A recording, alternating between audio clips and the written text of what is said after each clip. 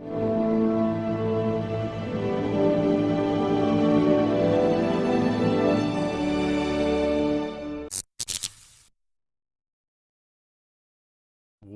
everybody, to episode 7 of The Lights Up Show. I am your host, Andrew. I make the show Midori, and I will be guiding you through the month's biggest news in movies and television. That includes reviews on Loki, Luca, Raya and the Last Dragon, Bojack Horseman, and more. If you enjoy the show at any point, be sure to hit that heart button here at twitch.tv/The Level Up Show so that you never miss new episodes of Lights Up, typically on the first Saturday of every month. All episodes will also be archived on YouTube at youtube.com/The Level Up Network, so be sure to subscribe there. And lastly, Lights Up isn't just about the talk show.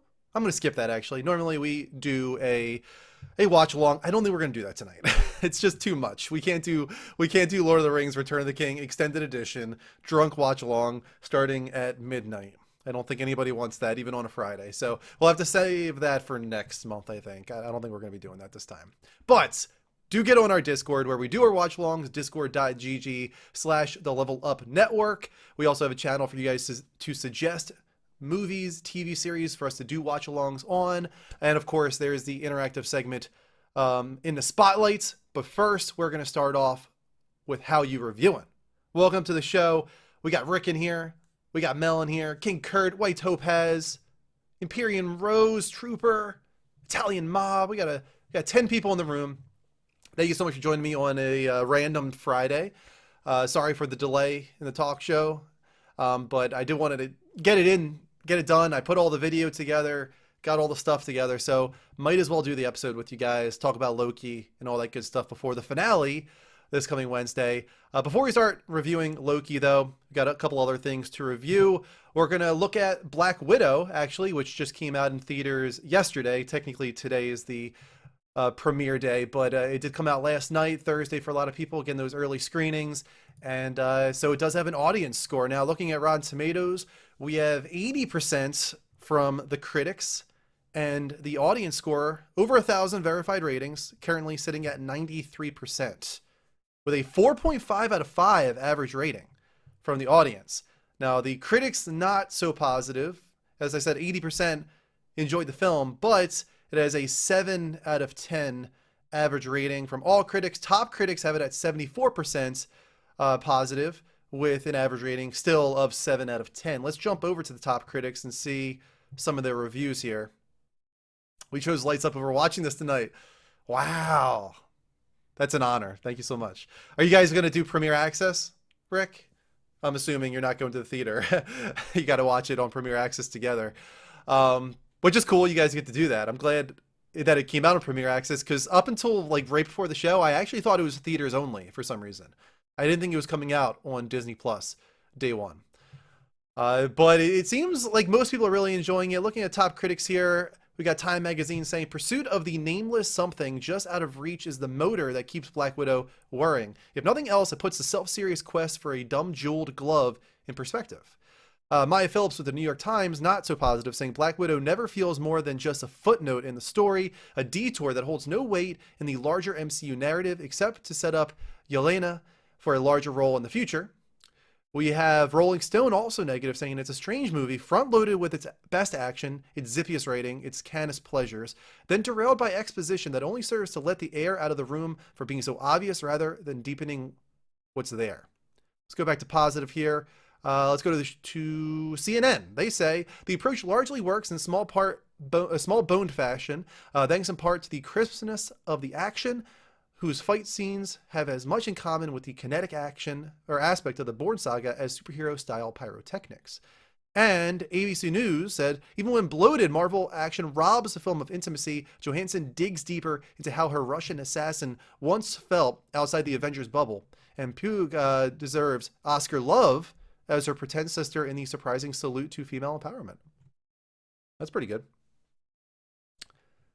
Florence, right? Florence Pugh? She's a great actress. Kind of surprised to see somebody bring up Oscar. Oscar worthy in the reviews for Black Widow, but okay, that's cool. The action does look great. Yelena, I'm assuming, is the character played by Florence Pugh. I don't know if I'm saying that right. I hope I am. I'm excited for you guys. Let me know what you think when you watch it tomorrow. I kind of want to go to the theater for this one.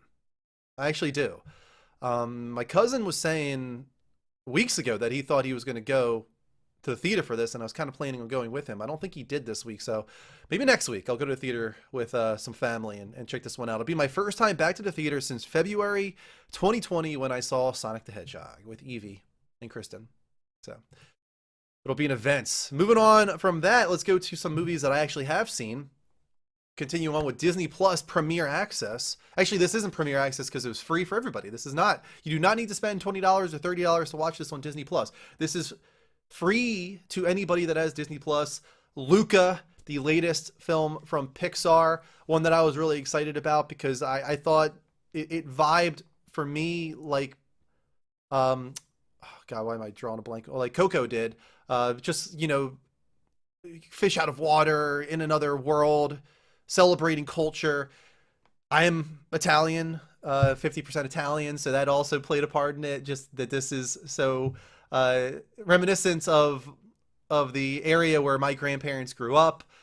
So I was really looking forward to this one, and it is an adorable movie, as Sherry just said in the chat. It is an adorable movie. It is not Coco level. I agree, concur. It is not Coco level. This is more contained, is what it is. And that's not a problem, but it was never going to reach the heights of Coco because Coco has such an epic scale in what it's trying to do and what it's trying to tell, whereas Luca is really keeping it tight, right? It's really a slice of life, pleasant, comforting film that celebrates Italian culture, and in my opinion and many others' opinion, is also a celebration of homosexuality and really just LGBTQ in general. I know they have said that this was not their intention, but it's kind of crazy to me that it wasn't. It feels so on the nose throughout it. To feel like an allegory to a young boy coming out. I don't want to go too much into that, but Luca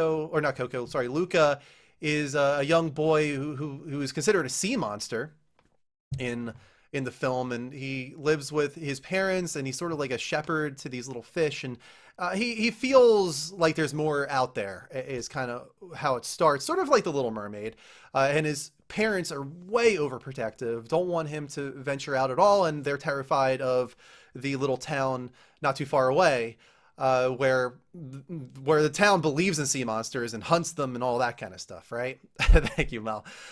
So right off the bat, it's got that overprotective parents that they're concerned about their son like revealing his true self in a way, and then he meets this boy named Alberto who does go out, into this little island, not where the humans are, but goes out on this island, collects things from the humans, kind of like Ariel once again, like the thingy boppers, what does she call them, thingamajigs and whatever. He's the same way. He collects things from the humans and has a fort, and he meets Alberto and starts connecting with human culture, but also realizes that when he leaves the water he becomes human-like. So one of the things that really stuck out to me is when he first comes out of the water, Alberto says to him, "First time?" question, and Lucas says, "Of course, I'm a good kid."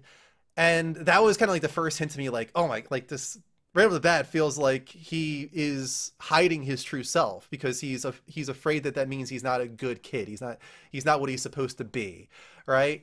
And it continues like that with little nods throughout the film, especially in a certain scene where Alberto reveals why he's by himself and where his father is, and all. It's just like, oh my God, this is so on the nose. This really feels like they're trying to do an allegory to homosexuality and coming out of the closet and all that kind of stuff. But then they said that they weren't. So it's kind of crazy. Watch it and see for yourself. Decide what you think. It doesn't matter either way. It also stands on its own as a film about just being true to yourself and being adventurous and putting yourself out there. It also touches on all those. Those are kind of trite messages though, so I kind of like looking at the film as what I felt it was. I really enjoyed it. I think the score, especially the musical score, is fantastic by Dan Romer, who is typically known for video game music. He was composer on Far Cry, for example. And what's kind of interesting to me, knowing that he comes from video game composing, is that the score to Luca, especially the main theme, like the first 5 notes, sounds just like Final Fantasy VII. And I'm not the only one that thinks this. I've noticed a lot of people were like, wow, that is the exact theme from Final Fantasy VII. And it's only like 5 notes, maybe a little bit more. So it's not anything worth getting upset over if that's something you care about. But it almost feels like, with him coming from video game composing, like, was this intentional? But it is a great score, absolutely fantastic musical score. Acting is great, animation is absolutely beautiful. It's just so colorful, so vivid. If you can watch it on an HDR screen, definitely do that. If I had to give this one a rating,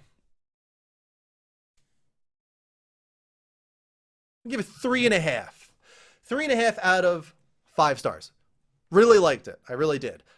It's not in like the high echelon of Pixar films. It's like in the middle, better than a lot of them, but not as good as Coco or Up or Inside Out or any Toy Story film. It's not that high, but it is very much worth watching, especially if you have Disney Plus.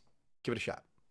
Moving on from that, another Disney Plus film that I finally got to watch because it left Premiere Access is Raya and the Last Dragon. Oh, let me put a poll in the chat just in case some of you have seen Luca. Let me know what you would give it out of 5 stars. Raya and the Last Dragon was one that I was really excited about. I wasn't willing to spend $30 on it, but I've been waiting the 3 months to finally watch it. It is, to me, so it felt similar to Moana in that it does have such a strong, powerful, feminine, female character, I should just say, and she's absolutely great. And I'm drawing a blank on the actress's name from Star Wars: The Last Jedi that plays her, but she is so good as just like a Disney princess or anything. Just that she has that voice for it. And Raya is definitely not a princess. She is she's a warrior, really, in this, and her role is protecting the dragon gem, this gem that has kept this evil forest at bay for many years. And her father trains her in doing so.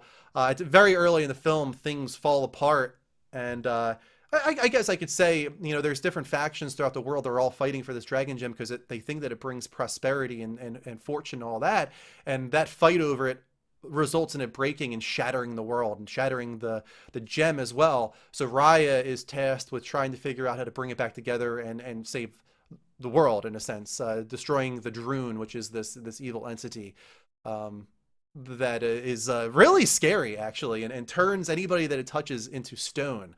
A big shout out first. Let's take a pause here for a moment. A big shout out to Asa Vera coming in with a raid of 16 viewers. Thank you so much. Let's do a raid shout out, please. One of our mods in the chat, please. Welcome in, raiders. Asavera is absolutely fantastic, has raided us so many times. And in all honesty, I was actually just talking about this recently, and this is not a slight to you or anybody.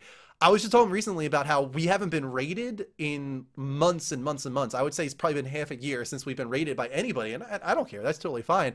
So it's just ironic that it happened tonight. And Asavera, you've been so generous. You've rated us probably half a dozen times at this point. So everybody, please, as was just shouted out in the chat and on screen, everybody give Asavera that follow. She's a variety streamer like myself. I first met her streaming Spyro, I can't remember, the collection, maybe the remastered collection for Spyro. She was dressed up, I want to say, if I remember right, as Spyro. Just a real pleasant, awesome streamer that you guys should check out, and I really do appreciate the raid, Asavera. Welcome into the show. This is the Lights Up Show. It is a monthly movies and television talk show that we do. I usually focus on reviewing the things that I've been watching over the past month. Tonight we'll be talking about Raya and the Last Dragon. We just reviewed Luca. I'll be talking about Bojack Horseman, which I finally finished. And of course, we're going to be talking about Loki, in addition to going through some of the major stories of the month. Asavera is awesome. So right now we're talking about Raya and the Last Dragon. I watched it finally this past week since it came out of Premiere Access, and I really enjoyed it. I thought Raya herself was such a great, empowered character. The action was great. The world was fantastic. The creatures as well, the dragons especially, which really are inspired by actual like Asian lore, right? These aren't Game of Thrones dragons. These are serpent-like dragons. Very very pretty, and they're not really intended to be intimidating for the most part. There are a few moments where Sisu is a little bit intimidating, but they're not really supposed to be that. These are good dragons, ones that lived together with humans for hundreds of years. And I kind of liked that approach to it. The film gets into some really dark territory, some some great questions of morality in there as well, for Raya, and if she can trust people, if they're worth trusting. That's like the big theme and question of the movie is especially in a world like this, like any post-apocalyptic scenario, right? Humans fall apart, and it becomes a question of trust, and that's a great message in the movie. You know, something that's been tackled before, but I do think it's done really well.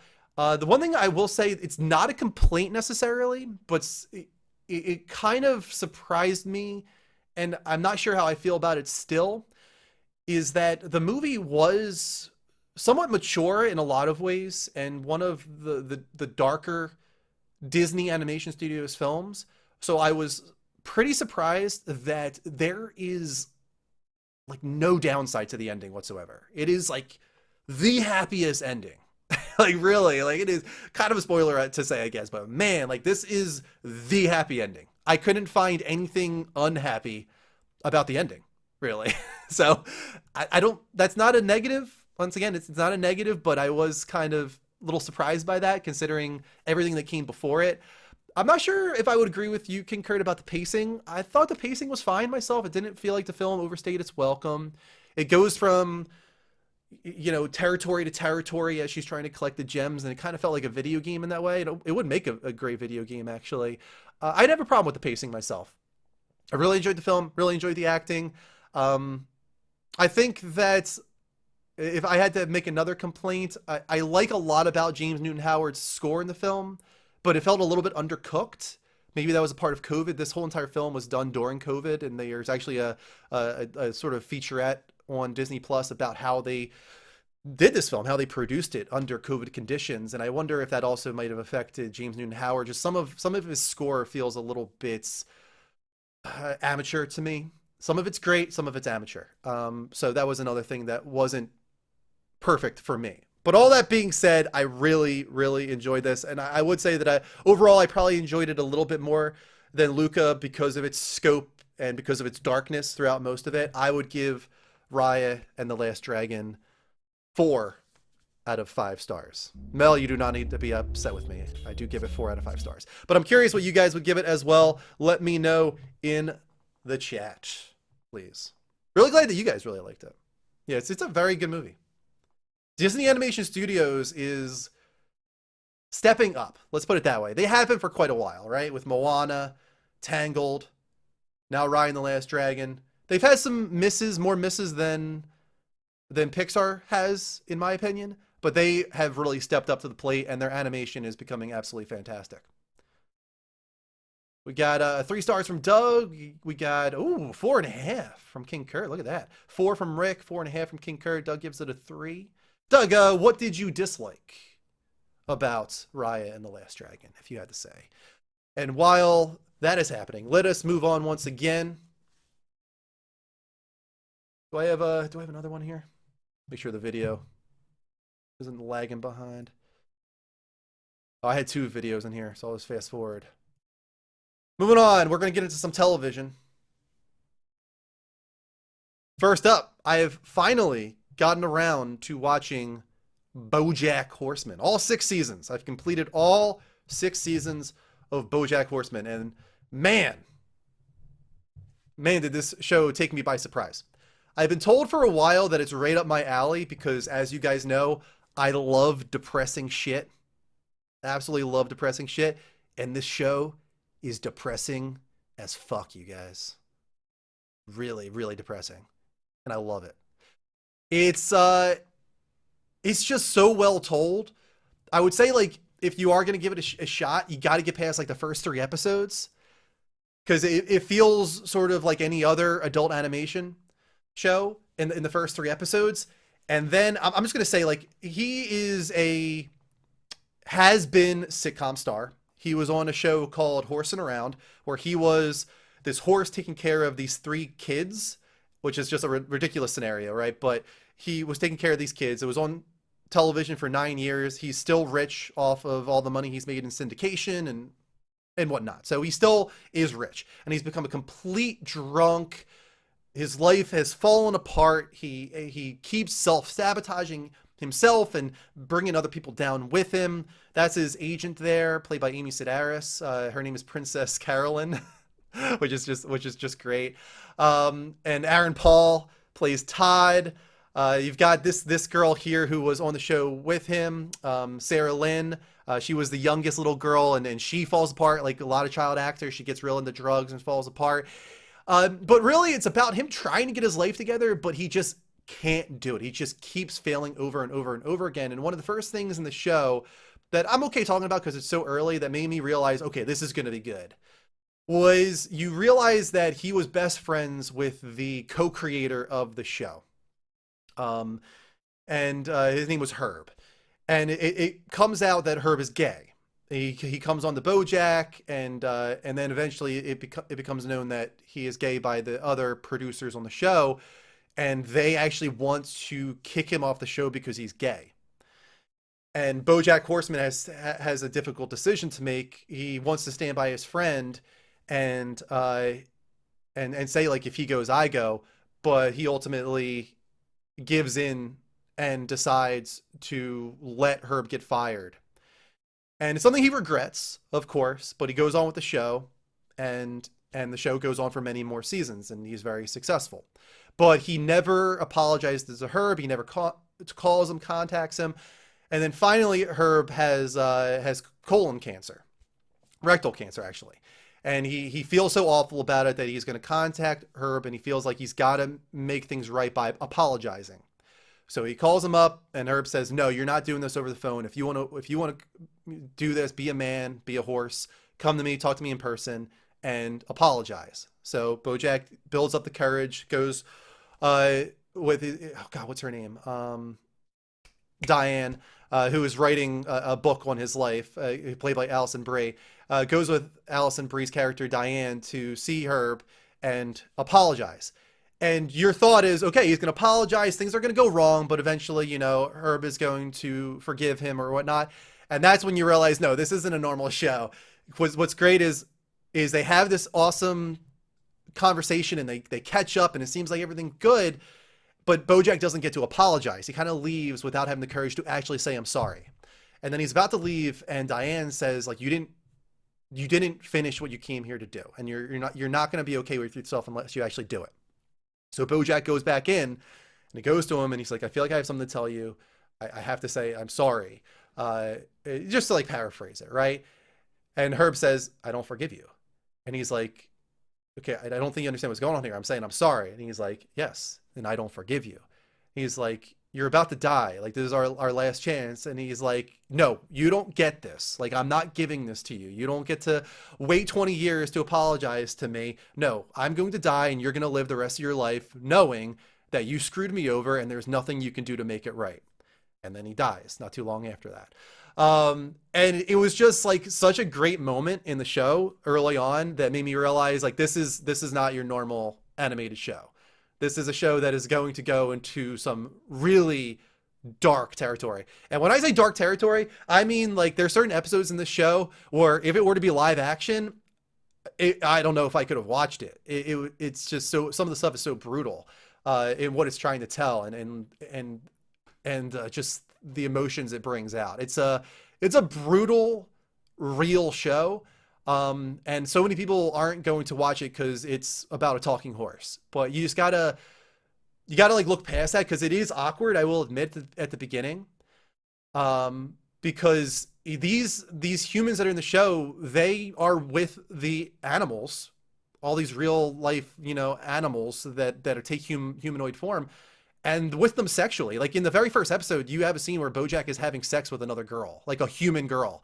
And the first time I was watching, I was like, whoa, like, what am I watching here? Is this bestiality? What do I consider this? This is really weird. But you eventually just kind of get past it and look at the animals in the show as humans as well, because it doesn't really matter. And the show does a lot of great humor playing with that fact that there's all of these animals in the background that have animal behavior, but they're living human lives. And there's a lot of peripheral humor in that way. Just like always be looking at the background and inspecting all those like cool little Easter egg nods in the background. My nose is getting stuffed. I am getting a little bit sick. Apologies. So yes, it is an absolutely fantastic show. It ended really well. On top of that, I thought that they stuck the landing. I'm still not willing to do that one thing. I'm not going to give it 5 out of 5, but I will give it 4.5 out of 5 stars. It is absolutely fantastic. One of the best animated shows I've seen in a very, very long time. It's up there. It's like top of the list, best animated shows. So I do highly recommend anybody that's into depressing shit like myself, give Bojack Horseman a shot.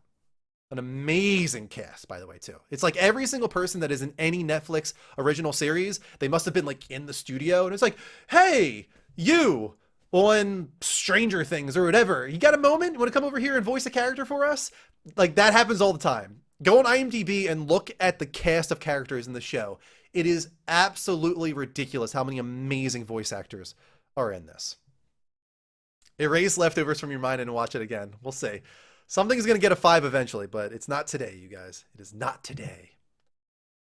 Moving on from that, we can get into the big one, guys. Let's talk about Loki.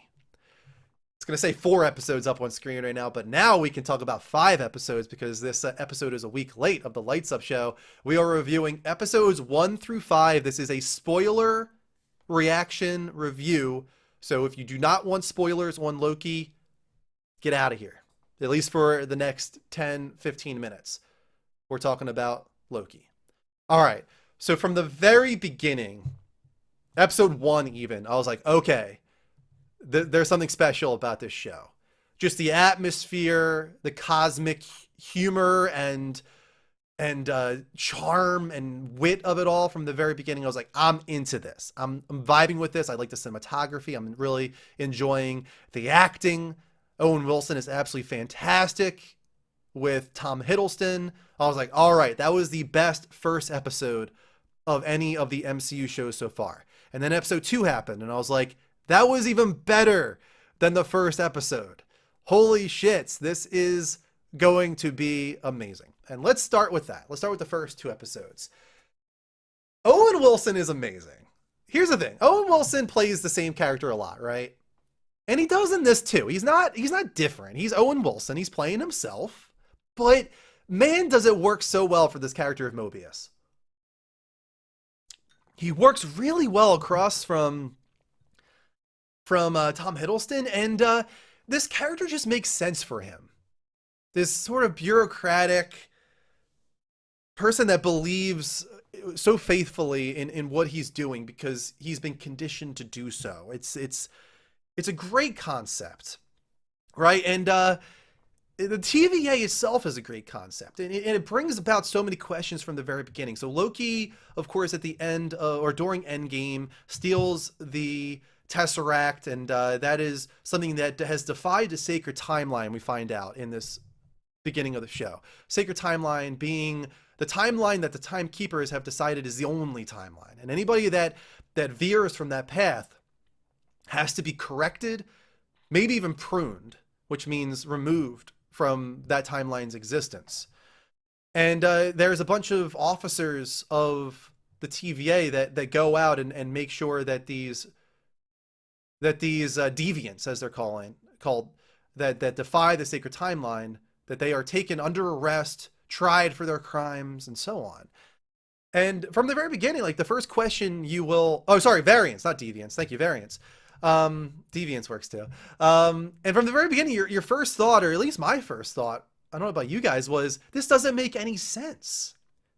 Of course there are multiple timelines. There has to be multiple timelines, right? Like we've been watching the MCU, especially coming after Endgame, and especially coming after WandaVision. It's like, what the heck is going on here? So my first thought was, okay, this show is going to be about the destruction of the TVA, right? That's got to be what this is going to be about. And now that we're on episode 5, it does seem like that's where things are going. And it's very interesting. Loki becomes a part of it though, right? He becomes a part of the TVA, taken under Mobius's wing, and he fits really well in the TVA, doing his part. He's helping out. He's figuring out that the variant that's causing so many problems, another Loki, is hiding in apocalypses, which is such a great concept when they figure that out. A scene that's very much an homage to Seven, I have to imagine. It's an homage to the library scene in Seven. And another homage scene I've read is the scene where Loki sees his entire future that he would have experienced if he stuck on his timeline, where he sees his mother die, or he sees himself killed at the hands of Thanos. And it's such a great scene. And it was actually inspired by Toy Story, by the scene where Buzz watches on the TV the commercial and realizes that his entire life was a lie. And that's the point there too, is Loki's realizing his life, or at least what he believed his life would be, was a lie. His glorious purpose, as he calls it, right? That he is going to be the king of Asgard, that he deserves that is his by rights, by blood, whatever, that he's supposed to be the king. And Tom Hiddleston kills it in that scene, by the way. Another great scene right there that I just saw up, where he realizes how powerful the TVA is. And that's another like great question in the show. It's like, what, how does this exist? It's so powerful that the Infinity Stones don't work there. Like, what is this? It's like they're building up a power that is greater than Thanos, which we'll get to in a little bit. But it did seem like they're setting that up. But then we get to this in episode 2. The variance that is causing all these problems. Another Loki turns out to be a female, a feminine Loki named Sylvie. She calls herself Sylvie, her alias, right? Papa Kang, maybe, Rick. We'll talk about it. You know, when I first saw Sylvie at the end of episode 2, I kind of was hoping that she would be like the villain, right? I was hoping she was going to be real formidable and intimidating, and she would be the villain. And part of me was a little disappointed in episode 3 when I realized that wouldn't be the case, but now I'm happy about it, because Sylvie is not a villain at all. And crazily enough, I was so shocked as episode 3 was going on, and especially in episode 4, when I realized, oh my God, like, is he falling in love with her? Is he falling in love with himself? He's such a narcissist that he's falling in love with himself. But here's the thing. I don't really look at it that way. People are calling it like self-cessed and stuff like that. It's not. She's her own person. She has similarities to Loki, like our Loki, but she's different in so many ways. And I almost wonder if the reason that she was taken from her timeline as a variant so young, as a little girl, she was taken. And what's her name? Not Serona. What's the name of the leader of the TVA, you guys? When she says that she doesn't remember why Sylvie was a variant, I think she's lying. Here's my guess as to why Sylvie was taken from her timeline: because she was going to be a good Loki. And that's not okay. Lokis are not allowed to be good. If you see in that scene, she's playing with the Valkyries. She talks about how she wants to be Ramona? I can't remember. Something like that, yeah. How she wants to be a Valkyrie, right? And is it a popular guess? That's my guess, is that she was going to be a good Loki, and that isn't allowed. But that's what's so ridiculous, right? You have to, when you come to realize, and Sylvie knows as she reveals it, that all of the people that work for the TVA are also variants themselves. People that were taken from a potentially great life, right? Just because they didn't follow the sacred timeline. Sylvie potentially being one of them. She was going to be a good person, a good Loki potentially. And she's taken potentially because she wasn't allowed to be a good Loki. And her entire life is ruined because of that. I didn't like the TVA from the very beginning. I liked Mobius from the very beginning, but I didn't like the TVA from the very beginning. And I had a feeling it would go in that direction, where Mobius would eventually have to turn on them as well. And eventually hopefully get back his jet ski life. What did you guys think at the end of episode 4? Episode 4 is my favorite episode. 3 is my least favorite. I like it, but it did slow down the pace a little bit. I appreciate an episode that's entirely focused on Sylvie and Loki, but it did feel like it was sort of treading water and kind of saying the same thing over and over again. And I did miss Mobius in that episode, so that's my least favorite episode. But then 4 came and was my favorite. I thought it was just so absolutely great. Yeah, the three's train scene is very good. There's a lot very good about 3, but it was my least favorite episode. Probably I would give it like a 7, and that's my least favorite episode. Everything else is like 8 and 9 out of 10 for the episodes so far.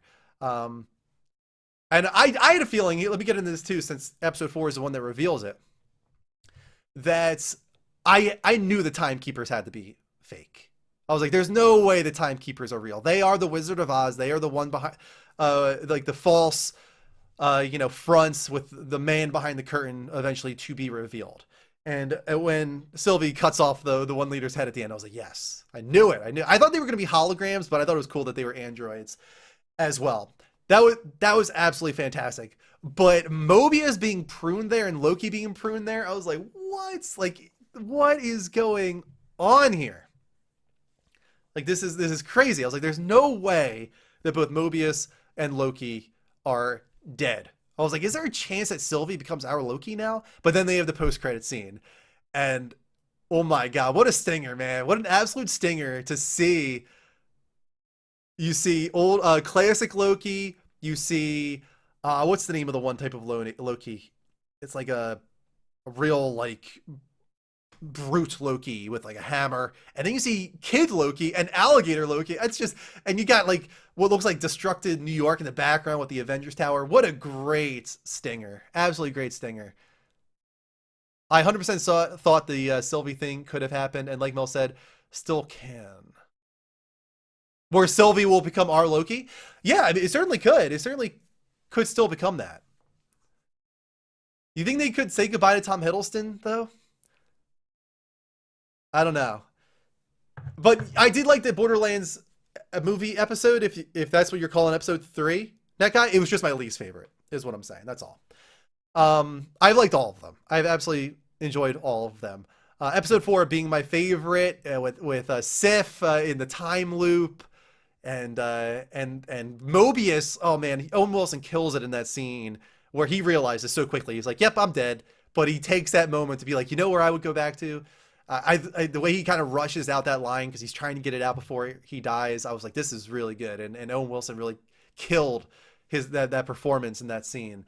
And then you've got like the true revelation, like, oh my God, he loves her. He freaking loves her. This is insane. So much great stuff happened in that episode, which is why IGN's review was, I have no idea. That was the weirdest review ever. The music, yes, the music. I'm not going to focus too much on it, but the music is absolutely fantastic. Let's get to episode 5. Episode 5 was great. Really great. It's not as good as episode 4 because it felt kind of like that episode that is almost like a little too much, like a little too like CGI overload. It had like its down moments, which I appreciated, but it was like that episode which was like real bombastic, right? Real exciting though. Classic Loki being the scene stealer of the episode. The blanket was great. Those are the kind of moments you need in an episode like that. But classic Loki, in the end, freaking conjuring all of Asgard was one of the most badass things I've seen for a new character that was just introduced. Like, that was freaking great. What's that, Richard E. Grant? Oh man, he's so good in that scene, and he's got that smile that is so fitting of Loki. The way he's smiling throughout it and laughing as he's about to be taken out by whatever the hell that creature was. But since that episode, I have looked into things like that creature and a few other things, and it all seems to connect to Kang, the Conqueror. And we do see at the end of the episode, once they get through sort of that front, that defense mechanism that they enchant together in a really great scene, and they see what looks like some type of castle in the distance where we're going to go in our final episode. It almost looks like somewhere where Doom would live as well. It's like, is this Doom? Are they going to introduce the Doom? Are they going to introduce us to Kang? See, like, people like us that have some knowledge of the MCU and who Kang is want to be Kang, But would that work? Would that work for people that have no idea who Kang is? Or like so many other people are predicting, and would be kind of disappointing, but I see it. Or is it just another Loki that has been making sure that no other Lokis can succeed? He's the only Loki that can succeed, and he's been making sure that happens. You know, with the entire TVA being sort of a trick, right? That fits with Loki. I'm setting myself up. I did talk about the timekeeper robots. Yeah, I already talked about that guy. I would be disappointed, but I'm sort of setting myself up already for it to just be another Loki. I want it to be Kang. I want us to get started on setting up this great new villain, even if it's in like a very minuscule way, even if it's like a version of Kang. I've heard there's multiple versions of Kang, even if it's like one version of Kang that's not like the final form or whatever. I don't know. I do think it would be really cool to get us started though this quickly on who the big bad of like this new saga is, whatever this saga is going to be called. And really, like, how do you one up Thanos, right? Somebody who's trying to destroy half of the universe. And Kang makes a lot of sense for somebody that can one up that, right? For starters, we showed the Infinity Stones mean nothing in the TVA, right? And the other thing that we're realizing now is that whoever's this powerful is so powerful that he controls time and space and the multiverse. How do you one up destroying half of one universe? You one it up by being so powerful that you could manipulate all universes, right? Kang isn't just strong enough to decimate one universe. He's so strong that he could mess up all universes. That's how strong he is. And that is a way to one up Thanos and make people feel like, wow, like they actually are able to go to an even more formidable villain than that. Right? So I do hope it's Kang for that reason, but I don't think it's going to be. I'm just going to say it right now. My prediction is that it's not going to be Kang. All right. Anyway, I want to put a poll in the chat for you guys. What would you rate the first 5 episodes of Loki? This is tough for me. I think this show has a chance to get the 4.5 for me. I think episode 6 is going to determine that. I think this show does have a chance to get the 4.5 for me. Whereas all the other ones so far have been 3.5. This one I think does not go below a 4. This one does not go below a 4 for me. Even if they don't stick the landing, I don't think this one goes below a 4. That's what I'm going to give it right now. I'm going to give it 4 out of 5. But man, if they stick this landing, this could be a 4.5 out of 5 show.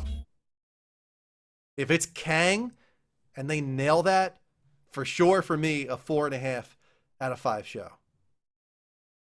This shows that the MCU on Disney Plus can be just as impressive as a movie in the MCU. If it's another Loki, it would probably hit a 4 for me. Yeah, I think I would probably keep it at a 4, even if it's another Loki. I'm okay with that, because this show is better than WandaVision and Falcon no matter what. I gave those 3.5. This show is better than those no matter what. I'm not going below a 4. But it could reach the heights of 4.5. Yes, in a way, that guy, yes. I think that they could introduce him as like an earlier version of himself. From what I understand, Kang isn't as simple as, oh, this is Kang the Conqueror, and he's always Kang the Conqueror. From what I understand, there's been different versions of Kang the Conqueror. And I feel like they can set up his character and then follow with it further if they would like to in the films. But I think they want people to start treating the MCU on Disney Plus as required viewing. And that's kind of the point. They want it to be required viewing moving forward. We'll have to wait and see. That is how you reviewing, everybody. Let us get into our trailers of the month. We got 4 of them, and I might actually add a 5th one. Yes, I will add a 5th one, because we just got What If as well. Why did the poll stop? No. Go in there. All right. Let's see. First up in our reactions. Throughout my life, the 10 rings gave our family power. If you want them to be yours one day, you have to show me you are strong enough to carry them.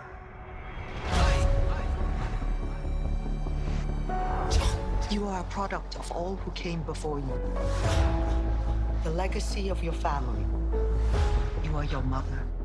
And whether you like it or not, you are also your father.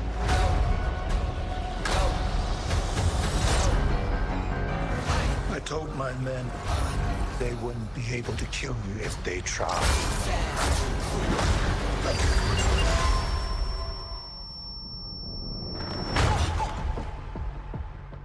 Glad I was right. He's just a criminal who murders people. Be careful how you speak to me, boy. I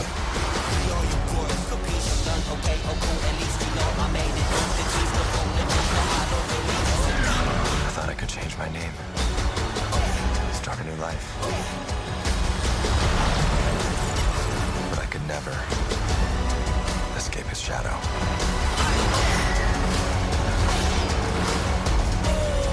The action looks so good. You can't run from your past.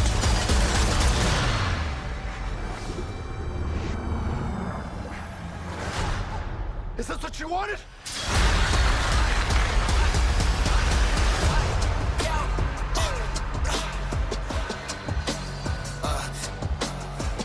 You got this. Thank you. Yeah, man, that is a great trailer. I do wonder if that's Fin Fang Foom. It'd be cool if it was, but isn't Fin Fang Foom an alien? Right? It's not a dragon. It looks like a dragon, I know, but like I feel like that's supposed to be like a dragon there. I don't know. I don't think that's Fin Fang Foom myself. That is crazy. That's Abomination. And it looks more like the comic True Abomination too. I bet a lot, they've confirmed it's him. Wow, that's really cool then. That's really cool that it's Fin Fang Foom. I'm sure a lot of people are saying this, but the vibes I got watching this trailer 100% were Black Panther. It looks like a film that is going to take everybody by surprise that doesn't know anything about Shang-Chi, sorry. Where it's like, oh, I don't even know who this MCU character is, but this film is like one of the best MCU films. The action looks awesome. The characters look great. Mandarin looks badass. Like everything about it looks so cool.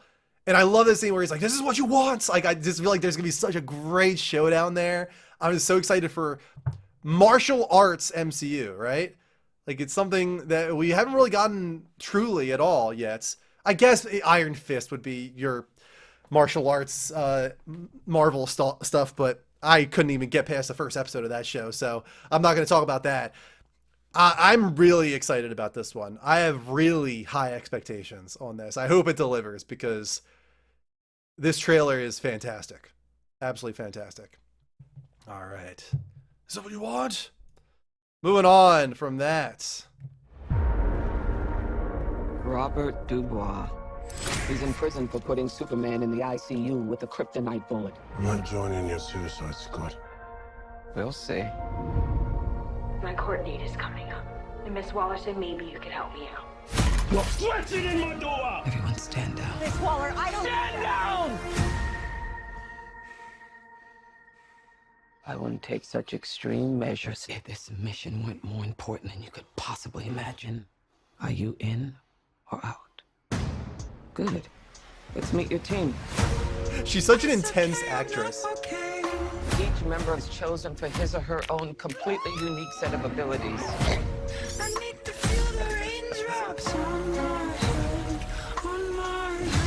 guys, sorry I'm late. Had to go number 2. Good to know. Is this thing That dog? Harley Quinn costume is like straight out of the Arkham series. Oh my god, is it a werewolf? Yo, they sent me next to a werewolf! Yo, let me out! Hey, he's not a werewolf! wolf, okay? He's a weasel. He's harmless. I mean, he's not harmless. He's killed 27 children, but, you know. Your mission is to destroy every trace of something known only as Project Starfish. Any questions? Starfish is a slang term for a butthole. Think there's any connection? No. No. Kyrie Starfish. All right. Let's get it. This is suicide. Well, that's kind of our thing. I'm a superhero!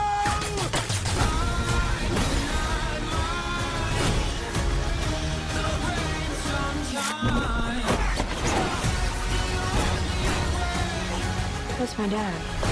I'm gonna get you out of real life. I'm going to get you out of here alone. It's like something out of Watchmen. This freaking squid villain.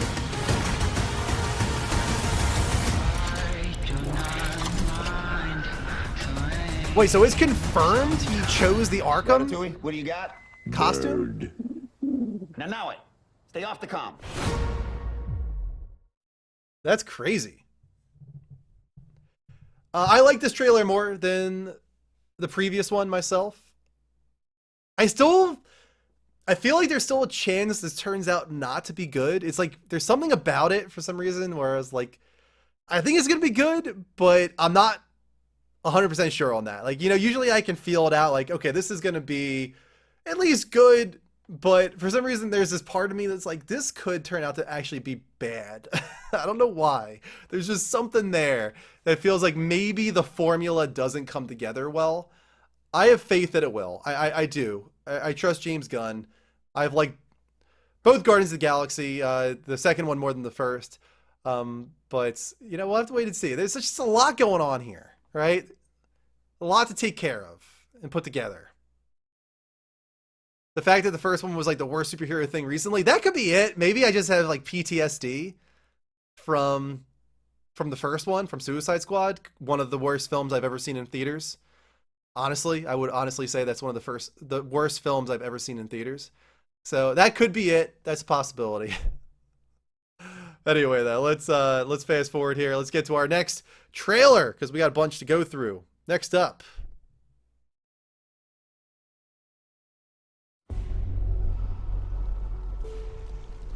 Same here, Rick. Same here. And I was never more confused in my entire life.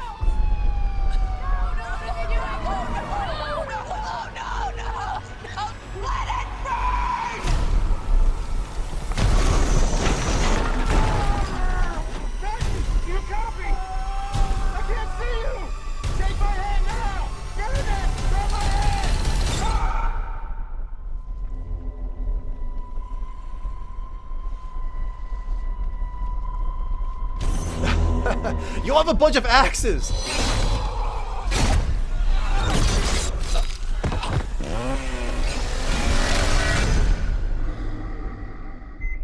Yikes. My grandmother was right. The boogeyman was real. It's over. We can't hurt anyone ever again. No one told you. Told me what? Somebody in there? Michael Myers is alive. There's been like 10 people that have died in this trailer already. Make that 11. 12. You had a knife in your stomach. You and Allison should not have to keep running. Evil dies tonight. I'm not just gonna sit and watch another innocent person die. If you track Michael's victims, that's a straight line to Michael's childhood home. What do we do? We fight. Let's hunt him down. Michael Myers is flesh and blood. But a man couldn't have survived that fire. The more he kills, the more he transcends. Run! Go home now! He's the essence of evil.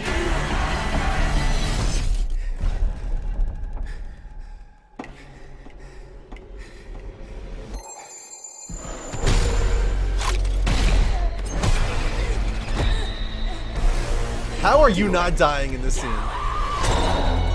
You want your mask? Come and get it! I'm coming for you, Michael. That looks like it's going to be the most violent Halloween movie ever. Seriously, I want somebody to count, like go through and count how many people die in this trailer. There's got to be at least 15 kill counts in this trailer alone. Like the first movie might not have had 15 people die. He's gone to another level in this one. And I'm for it, honestly. I just don't understand how there's going to be 3 movies. You got Halloween, now you got Halloween Kills, and then the third movie is going to be called Halloween Ends. So this one, it seems like the entire town is hunting him down, which seems like it would be like the last film in the series, right? Like, how do they not kill him? You've got the entire town trying to kill him, and you're not going to kill him? What is the last movie going to do? What are they going to do with the last movie? Please end. I liked Halloween 2018. I thought it was pretty good. It was definitely the best Halloween film in a very long time. So I thought it was a good start to this new trilogy.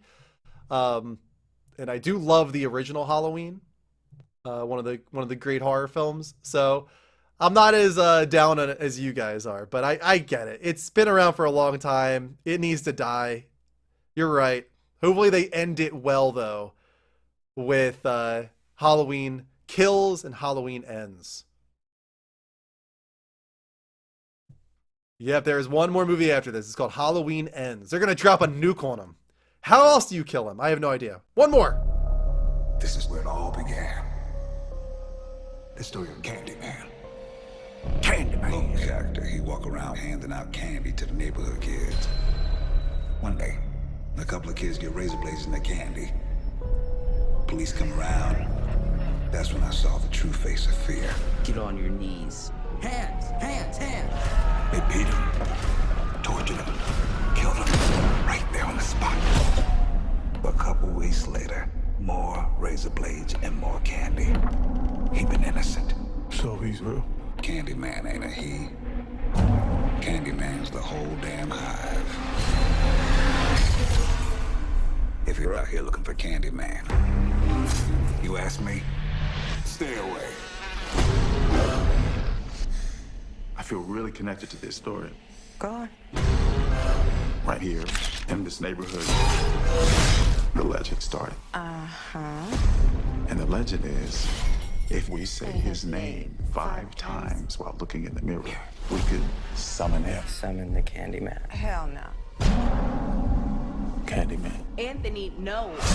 Candyman. Stop. I don't want to get creeped out in my new apartment before bed. Candy. Black people don't need to be summoning. I dare you. Don't say that. Say his name. Candyman. You better not do that last one. Candyman. You want to be a part of the story, right? No. Say his name. Candyman.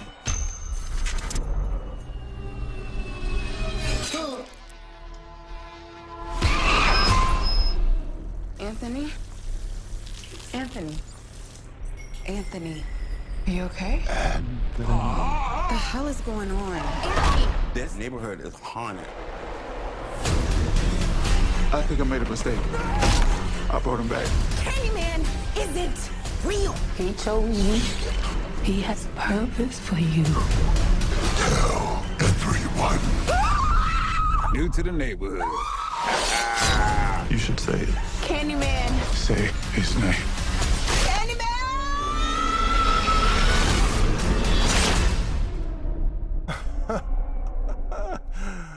That's a good trailer. That's an effective trailer right there. It does look good. It looks good, doesn't it? Yes, I'm excited too. I've never really gotten into the Candyman movies. I've seen bits and pieces of the previous films, but I never really got into them. This one is doing it for me. It's got a great cast. I don't know the director. I think it's a woman. Now I'm curious. Hold on. Candyman. Nia or Naya? How do you say it? It is a woman. She has worked on Little Woods. She's working on the Marvels. Oh, cool. She's working on the Marvels for MCU. It's probably Naya DaCosta. But yeah, her work on this looks great. He's absolutely fantastic in everything I've ever seen him in. He's from, of course, he's from Watchmen, of course, and she is also from the MCU, as you guys know. It's just, he's got a great cast in here, a lot of great actors, and it's just a well put together trailer. And you've got a well put together horror trailer that gives me a lot of faith in the movie itself, specifically when it comes to horror. We have seen his winky. It's very impressive. He's got an impressive winky. Not sure it's as impressive as the giant blue dildo, but still impressive. All right, we're gonna have to go and capture this on web browser for What If, because I do not have that trailer downloaded. Hold on a sec, you guys. Made me want a Subway. Wow. What if?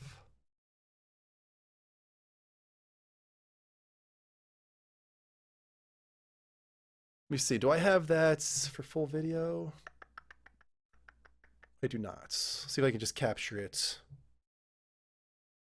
here then. Hold on a sec.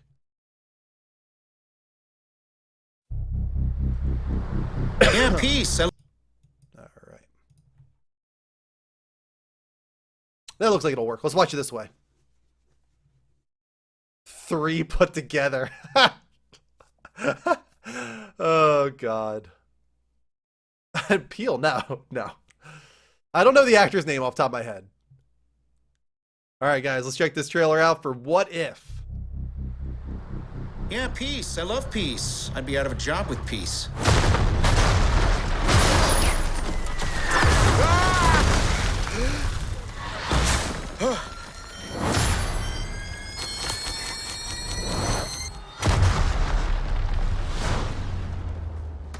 Do we know each other? Time.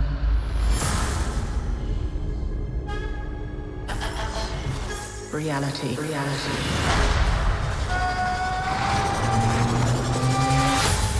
It's changeable.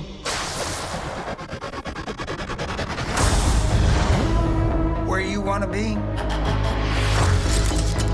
That's the question, isn't it? Every universe is different. Each one unique. Slow down a little bit. There's a few people in the room that don't understand. Not me, I get it.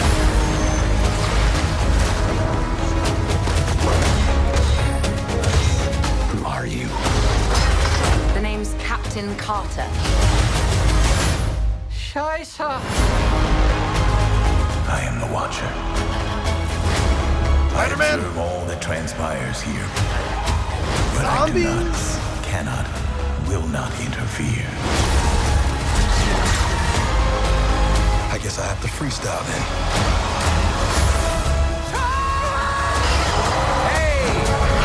We have you outnumbered. A Ravager Who was the head? never flies solo. I said never flies solo. Is that some kind of catchphrase?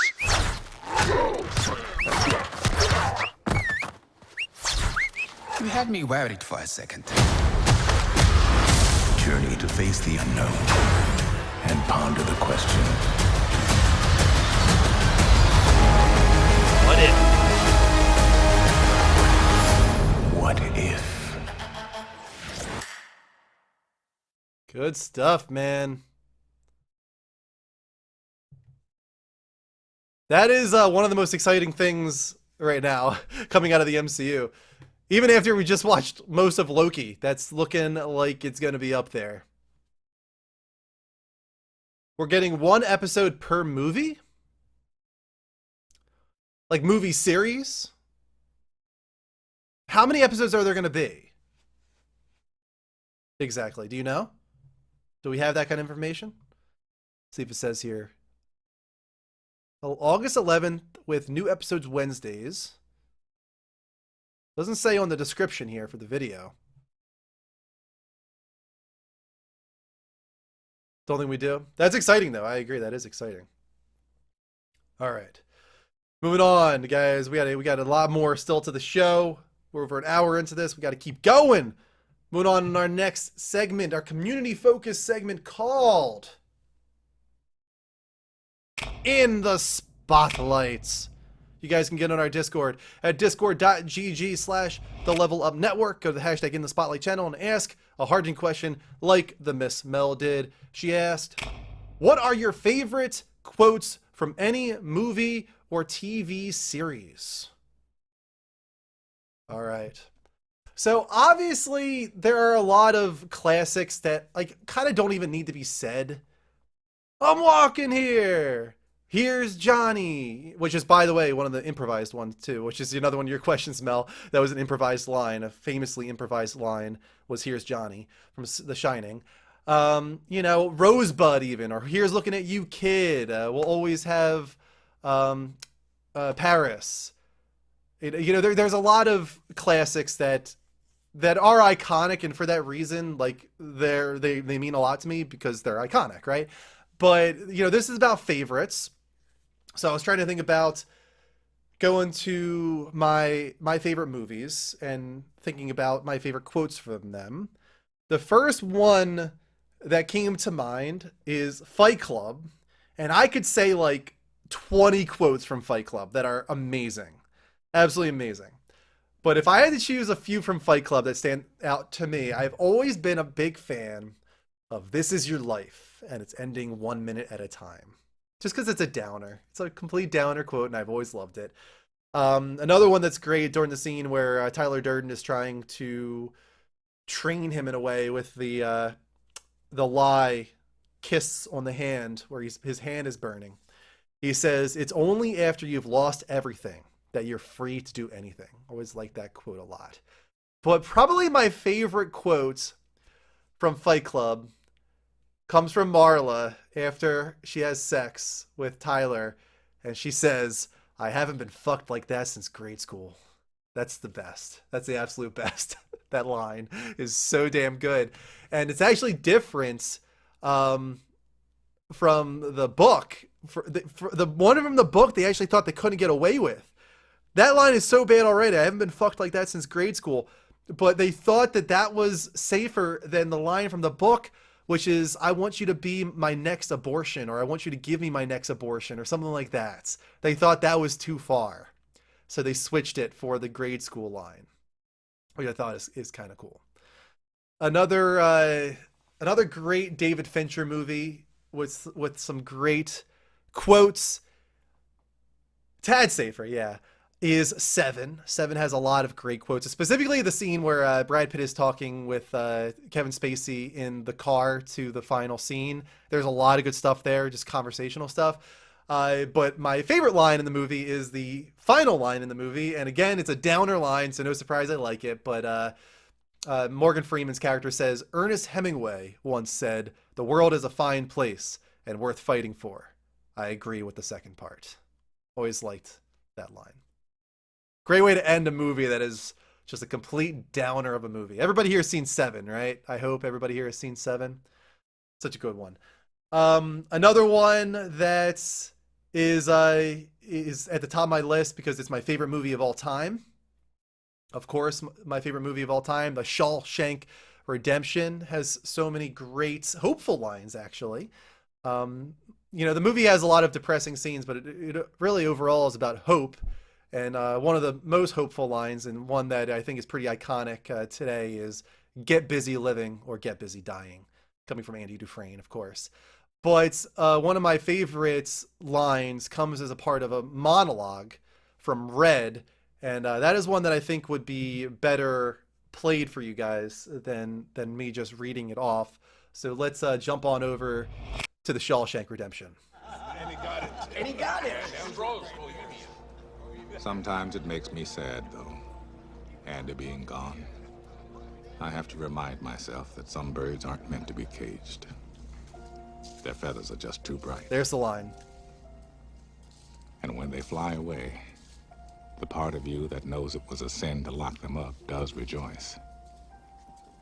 But still, the place you live in is that much more drab and empty that they're gone.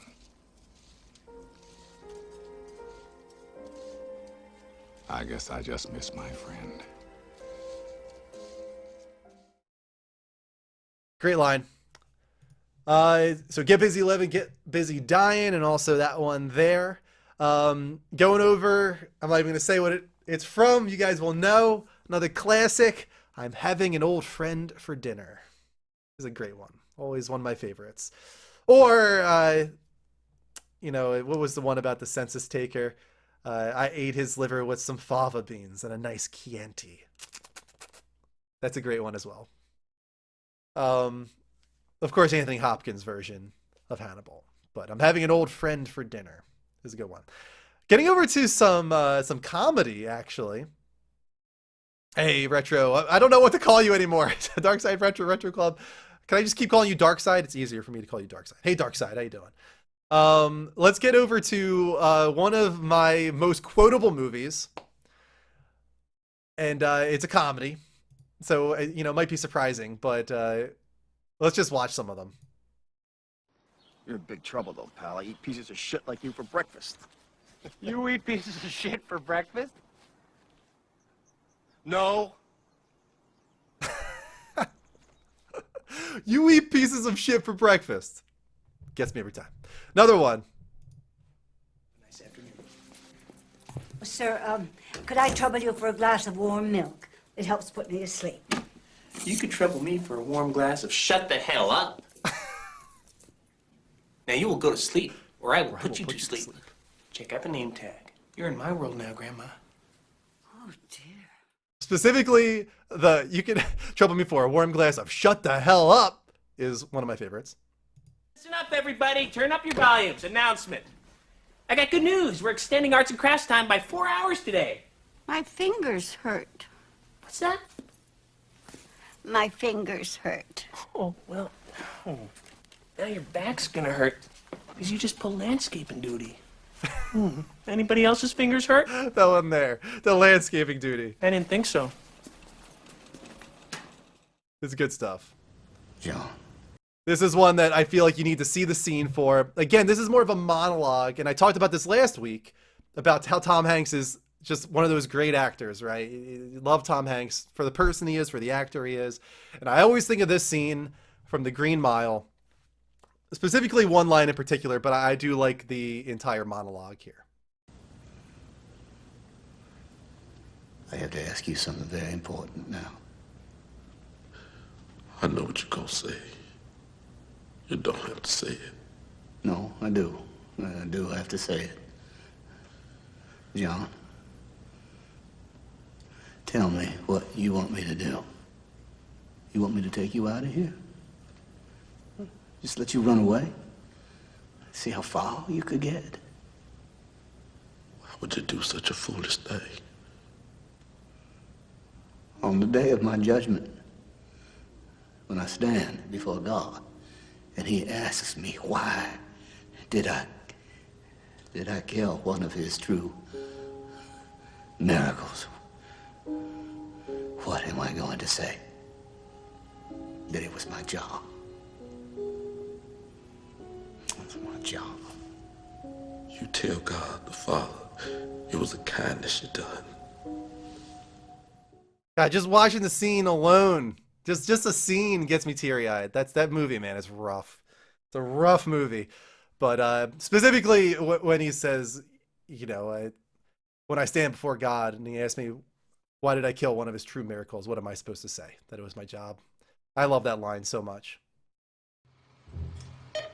All right, we got to get to some Lost now, guys. We're getting into Lost. All right, so this is one of those scenes where, again, you have to see the setup for it, or it doesn't have that impact. And really, you should watch the whole show to see what builds up to this moment about a man of science versus a man of faith. John Locke here being the man of faith, Matthew Fox's character, Jack Shepherd, playing the man of science, a doctor who refuses to believe that this button that they're supposed to press every 108 minutes needs to be pressed or the world will end, is the idea. And there's nothing that confirms this is true. Nothing there says that this is real.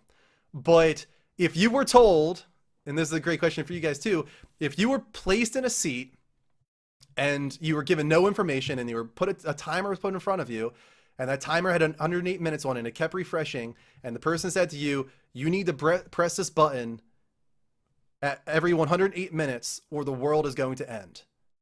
Would you believe that? Would you take the chance that not pressing that button could destroy the world? You know, that's the kind of the theme of the second season, and it leads to this scene right here. You do it, Jack. What? You have to do it. You do it yourself, John. No, you saw the film, Jack. This is a two-person job, at least. This argument is irrelevant. Say it. Don't. Jack. Don't. It's not real. Look, you want to push the button, you do it yourself. If it's not real, then what are you doing here, Jack? Why did you come back? Why do you find it so hard to believe? Why do you find it so easy? It's never been easy! There's the line. Why do you find it so hard to believe? Why do you find it so easy? Maybe you should just do it. No. It's a button.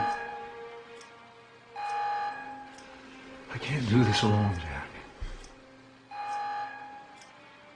I don't want to. It's a leap of faith, Jack.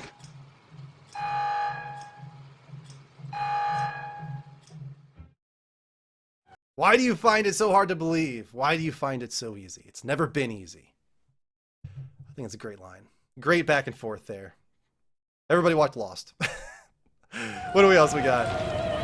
Why didn't you stop me? Oh, we're getting the leftovers now, guys. We're getting to the leftovers. Stop you from what? From giving her away, Lily. I didn't stop you because you decided you wanted to do it and you did it. You never even asked me what I wanted. And if I had, Kevin, what would you have said? You were relieved. Just say it. And now you want a new baby? Are you fucking insane? Or are you afraid you're gonna give that one away too?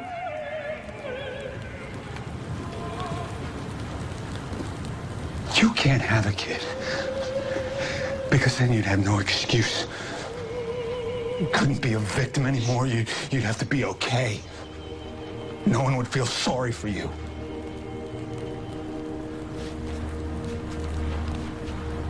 I do not want people to feel sorry for me. Well, then how long, Nora? How long before you move past it? Move past what? That you lost your kids. I did not lose them. My kids are not dead. They are gone. They are just gone. Then you should go be with them. There's the line.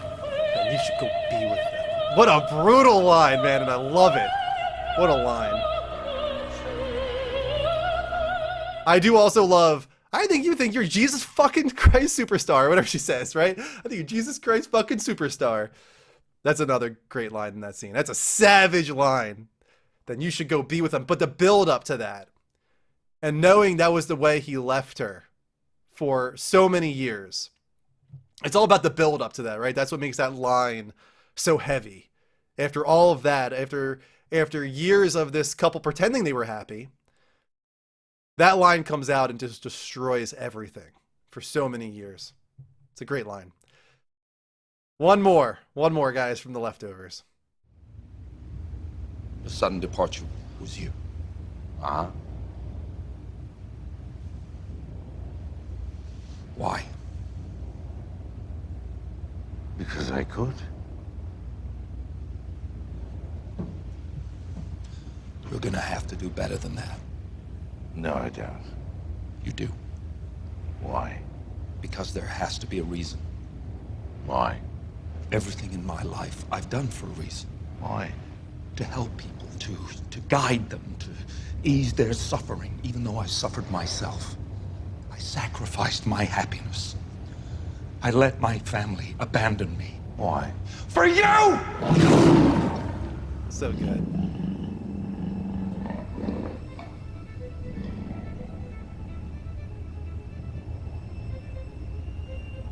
Everything you've done because you thought I was watching.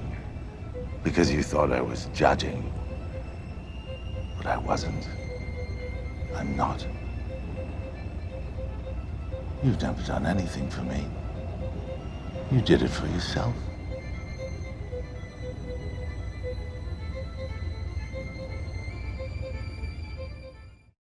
Is that why you're killing me?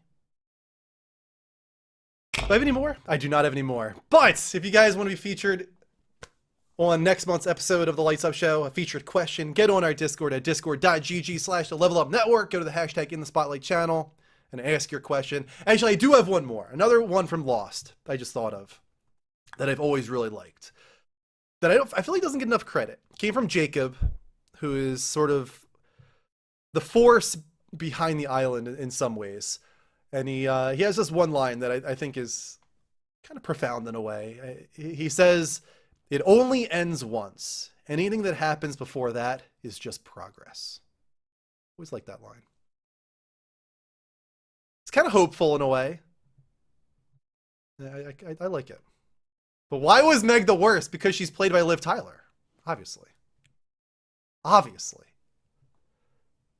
If only she was played by Miranda Otto, then maybe Meg would have been okay. But no. Why what, Tarak?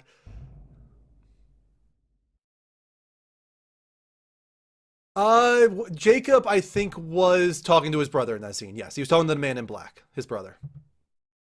Everybody get on our Discord. You did set that up. Should have Thanos' jaw. Hey, man, it's a sexy jaw. Thanos is a sexy man. A sexy titan. I think that jaw is a big part of it. And that chin. Don't knock it.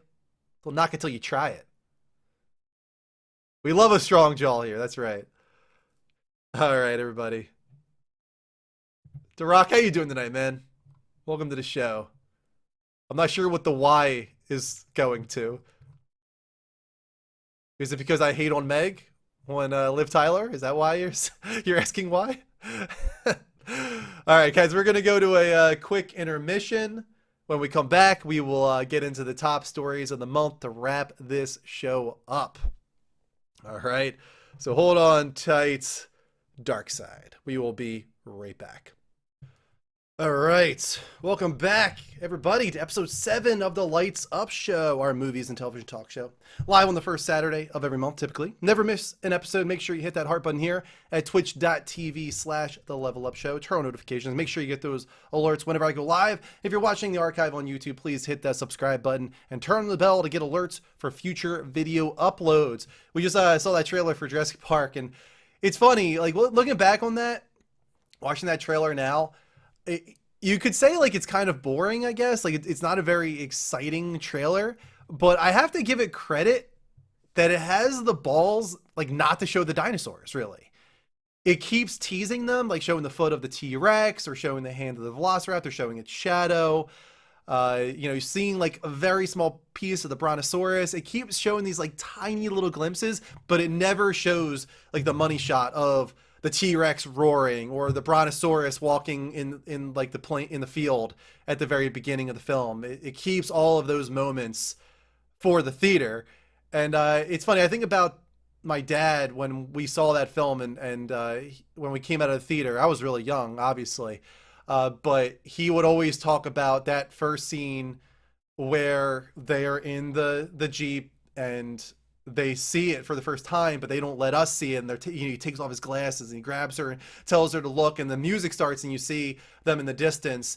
And my dad always would bring up that scene, like how masterful it was in storytelling and reveal, and just how it felt to see something so impressive visually and from a CGI perspective at the time. And it wasn't spoiled for that reason because the trailers didn't show it. So I kind of think that trailer does a very good job, actually, when you think about it, especially considering the time that it came out. But anyway, moving on, let's get into our top stories of the month. Starting off, little small story here. Number 7. Speaking of Owen Wilson, the great Owen Wilson, It is confirmed that Wedding Crashers 2 is happening. Like, it is a done deal. Wedding Crashers 2 is happening. A lot of the cast returning. You got Rachel McAdams. You got Vince Vaughn, Owen Wilson. The crazy chick. What's her name? I can't remember the actress, but she's returning as well. Hopefully you get Christopher Walken. Hopefully you get the wife of Christopher Walken as well. I wonder if you get Bradley Cooper. Wow. I don't know if you get Bradley Cooper, but it's supposed to pick up right where the last one left off, I think, which doesn't make any sense to me. Isla Fisher, thank you.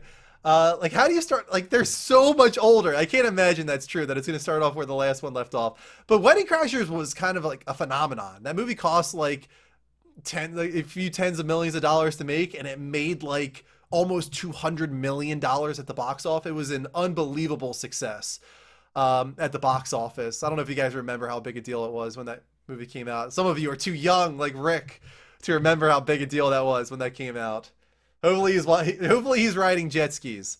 Yeah, in Wedding Crashers 2. But it's going to premiere on HBO Max is the other thing, so that's pretty cool. Moving on from that, we got Rachel Zegler up on screen because it is confirmed that she will be playing Snow White in the live-action remake directed by Mark Webb, who did some of the Spider-Man films, the ones with Andrew Garfield. He said, Rachel's extraordinary vocal abilities are just the beginning of her gifts. Her strength, intelligence, and optimism will become an integral part of discovering the joy in this classic Disney fairy tale. Production is set to begin in 2022 for this one. There hasn't been a lot of live-action Snow White attempts. You had the Huntsman stuff with Chris Hemsworth and what the hell's her name? Bella Swan. What the hell's her name, guys? Kind of locked that out of my head at this point, I guess, from Twilight.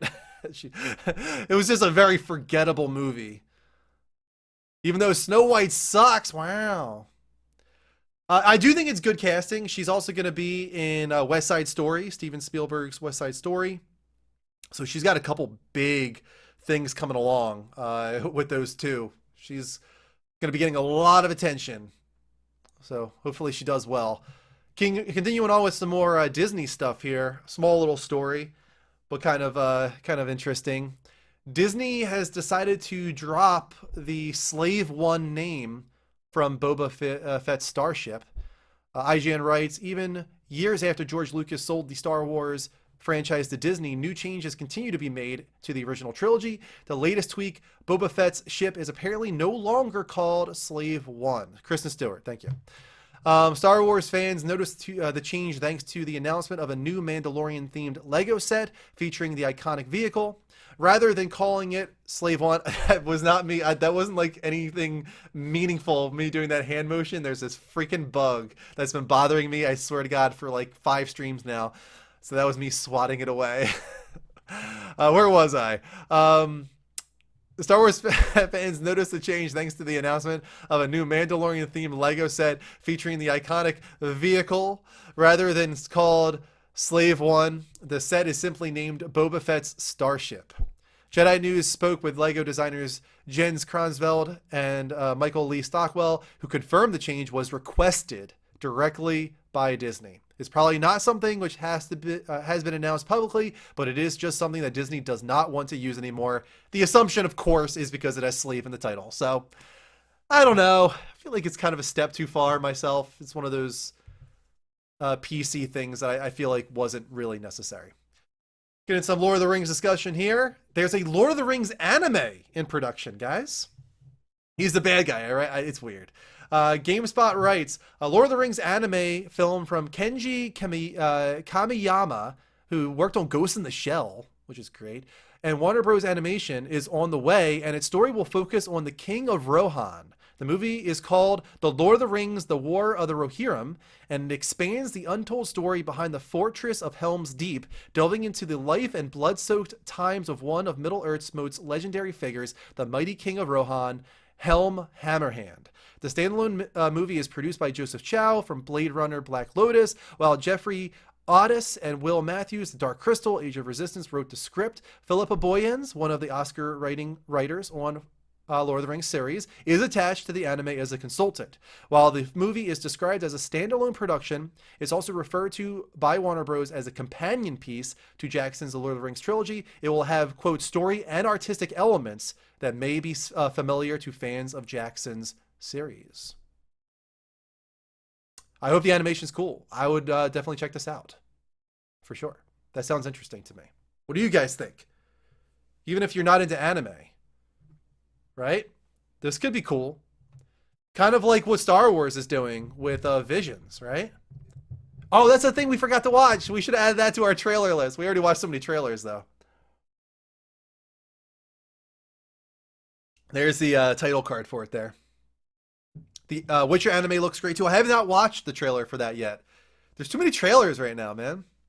A lot of them just came out after I had already put together the videos for Lights Up. But moving on. Let's get into our top 3. Let's talk about some video game news. A weeb now, Mel. Way to go. I'm glad to hear it. Halo showrunners are leaving the show after season 1. Might be a yikes.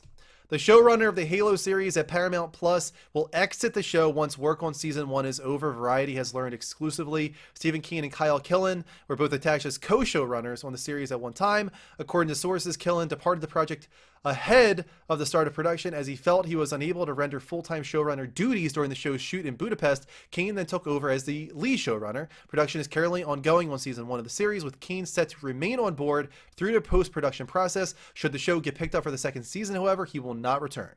Kane has been in Budapest now for the past 2 years and wishes to return stateside for personal reasons. A second season pickup seems likely for the series given the high-profile nature of the underlying IP. Let me pause that before we get to Final Fantasy IX.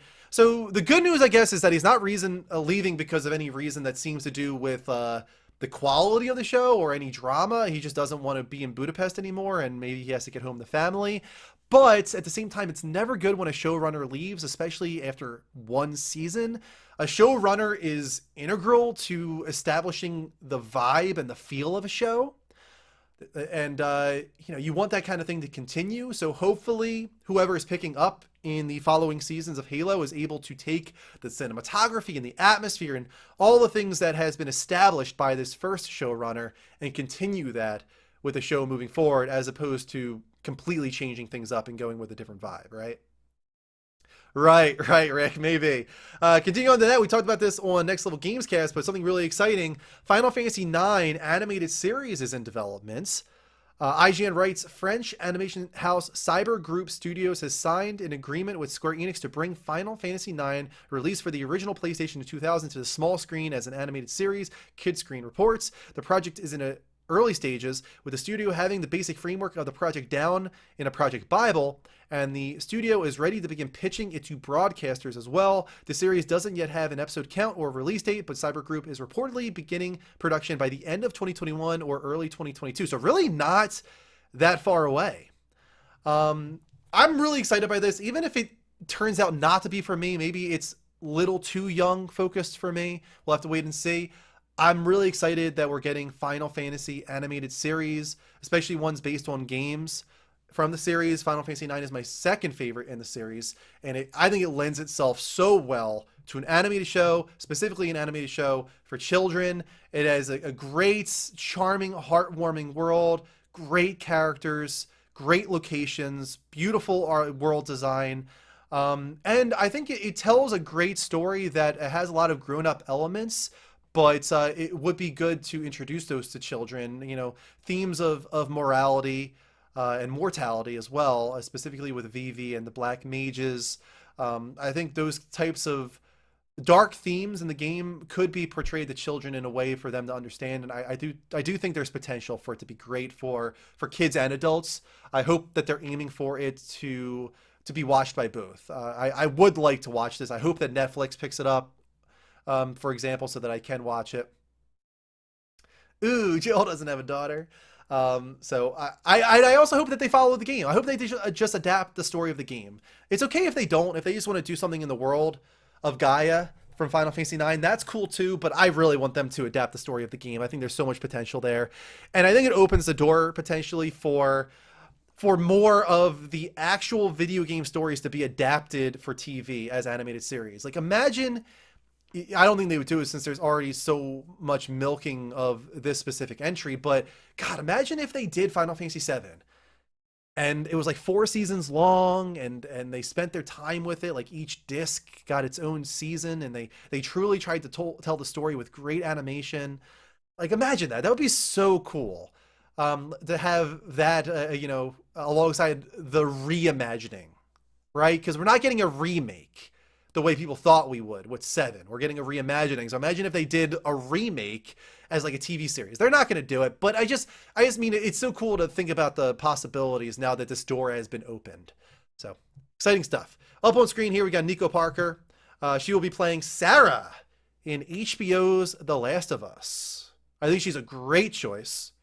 Obviously they're trying to choose an actress that also seems like she could be the child of our main character, of Joel, Pedro Pascal. So I think that this works in that case. And I've liked her from what I've seen of her. Sarah, who dat? Who? And there was actually a shot from the set of Niko Parker, Pedro Pascal, and the brother who's being played by, why am I drawing a blank on his name? He's the actor from Terminator most recently. He was also who played Ghost Rider on TV, and I'm drawing a blank on his name. But all 3 of them in the car, looking like they are about to shoot the scene that starts the game, pretty much. Brutal scene. So it seems like they're getting right into it. But it's exciting to know that they've started production. It's happening. It's going to go for a full year until summer of next year. They're going to be filming The Last of Us. A lot of money going into this. A huge production for HBO. Much larger than Chernobyl, according to reports. So this has potential, man, to be just a breakout moment for video game adaptations. More so than anything we've seen. More than Castlevania, more than The Witcher even. This could be absolutely massive. I saw people complaining about the casting. Casting for who specifically? Resonance for Sarah? Nah, I think she's great. She has the perfect vibe, and she looks really young. Even though she is 16, she looks really young. So I think she could pull off like the 13-year-old vibe of Sarah very well. This is going to be the 5. It might be. This might be the 5. We'll have to wait and see. Moving on. Let's fast forward a little bit here. And move on to our DCU news for the month. Starting off with some more animated series. There is an effort right now by Tom Welling and Michael Rosenbaum to have an animated series for Smallville. The great Smallville. 11 seasons of Smallville. I watched a lot of it, I will admit. It's kind of a guilty pleasure in a way. Not a very good show, if I'm being honest, but I did watch it. It was a guilty pleasure.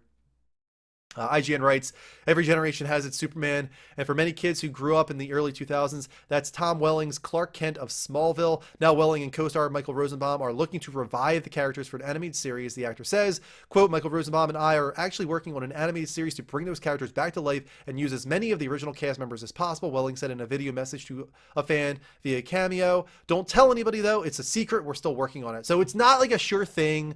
It's not happening already. It just seems like an effort that's happening from Tom Welling and his co-star who played Lex Luthor. So if I had to guess, I bet it doesn't happen. I bet it falls through and we don't get it. But it seems like they want it to, and they have wanted it to for a while, actually.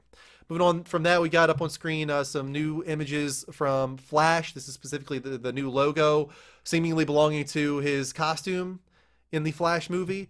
But beyond that, we also have some set photos showing off Michael Keaton on sets playing Bruce Wayne from the Burton verse, which we'll get to in a moment here. Here we go. Standing alongside whatever the hell his name is, who I'm not the biggest fan of as the Flash, but there we go. We got a shot there of Michael Keaton looking pretty good. Looks like it might be a wig. I'm not sure. His hair doesn't typically look like that, so they might be doing some work there to make him look more like the Bruce Wayne of old. Ezra Miller, thank you. I'm excited for that for sure. Not sure what this scene is supposed to be, but that, again, it looks like that's Bruce Wayne there talking to Ezra Miller, the Flash. This is Bruce Wayne's car. A beauty. Kind of feels like they're vibing like the old Batmobile with it as well, which I thought was kind of cool. And we do have our shots of the new Supergirl.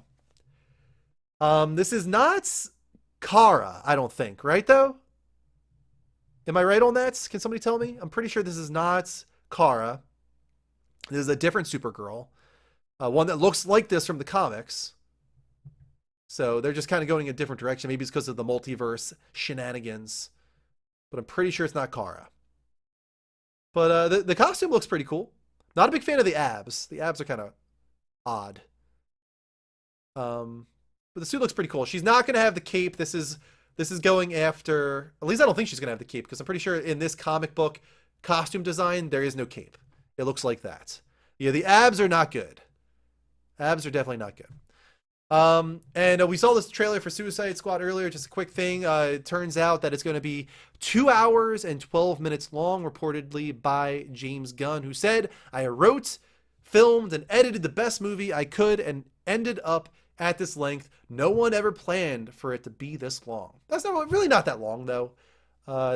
That's a fine length. I mean, really, when you take out the credits, it's probably going to be more like 2 hours.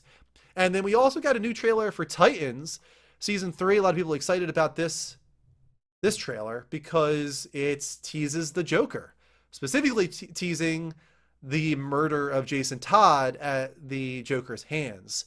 That is the scene at the amusement park, and you can even see a scene in here where it looks like it's the Joker there beating Jason Todd to death with the crowbar. You got a shot of Red Hood. So teasing some big moments for sure with this season of Titans. Anybody here watch Titans? Season 1 and 2 now streaming, as it says. I did not get into Titans at all. I thought it looked not great. Looked very CW-ish. Number 1, let's talk about some MCU news, starting off with Black Panther 2 officially in production. It's kind of sad, though, watching that What If trailer, knowing that that was actually the last time that Boseman was Black Panther. He voiced the role for What If, and that's it. That's his last time as Black Panther. So I'm so excited and interested and intrigued to figure out how they're going to make this all work.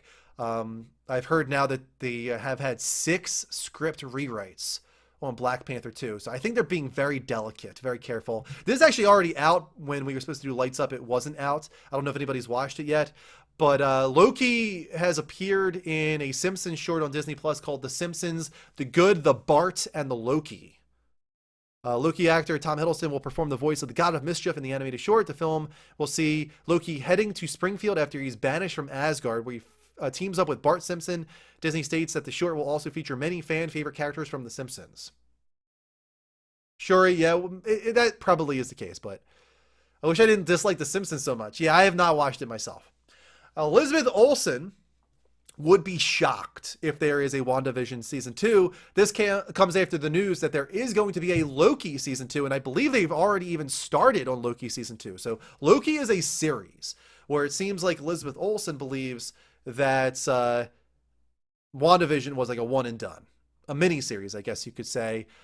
She said, quote, no, it's definitely a limited series. Feige also commented on this in a different interview, saying, quote, yes to an evolution of storyline, probably and inevitably in many different capacities, talking about the WandaVision story continuing. He said, that's the first place where the story will continue, meaning the Doctor Strange sequel. And he went on to tease, but there will be other places as well. So leaving it an opening, leaving the door open for potential for a Season 2.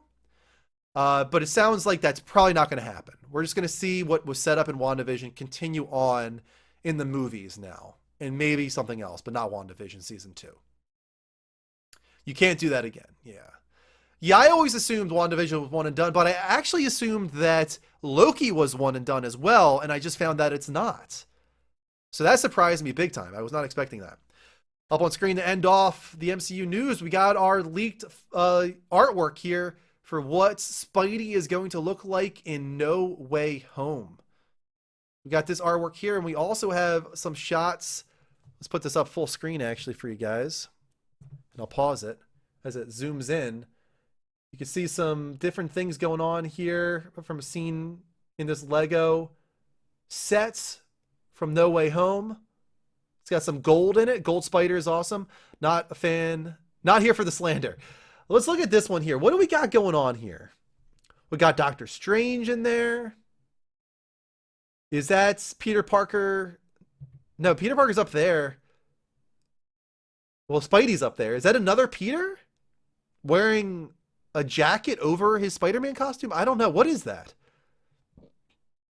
I'm guessing that's Zendaya.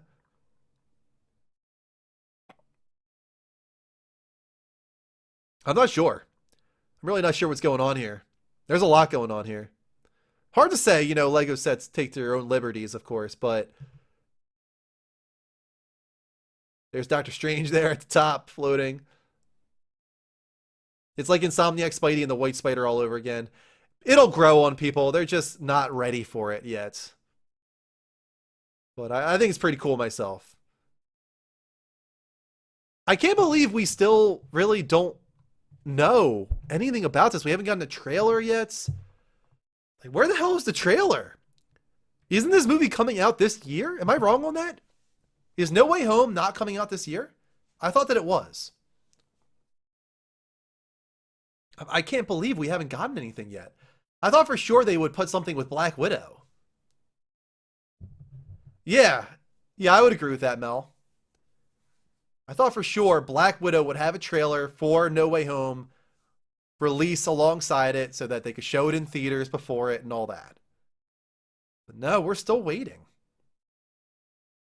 It's supposedly made up of different suits, so the Gold Spider is reused from Iron Spider. Oh, okay. That's cool. Also, I wouldn't be surprised if there's multiple Spider-Man suits in this movie, considering the multiverse shenanigans. I did not see the integrated suit Funko. No, Rick. No, I did not. He's using Doctor Strange's magic. I'm excited, man. I want to see what they're doing with this. Oh, Fair the Tom coming in at the very end of the show here with a resub. Thank you so much for the 13 months. Happy Friday to you as well. Really appreciate that. And that actually does wrap up the show tonight, you guys. Thank you so much for being a part of this impromptu episode of Lights Up. Hope you guys enjoyed the show. If you did, hit that follow button here at twitch.tv/The Level Up Show. Turn notifications on. Make sure you get alerts whenever I go live. I'm on every Wednesday and Sunday, typically with variety gaming and talk shows. Although Lights Up is usually going to be on the first Saturday of every month.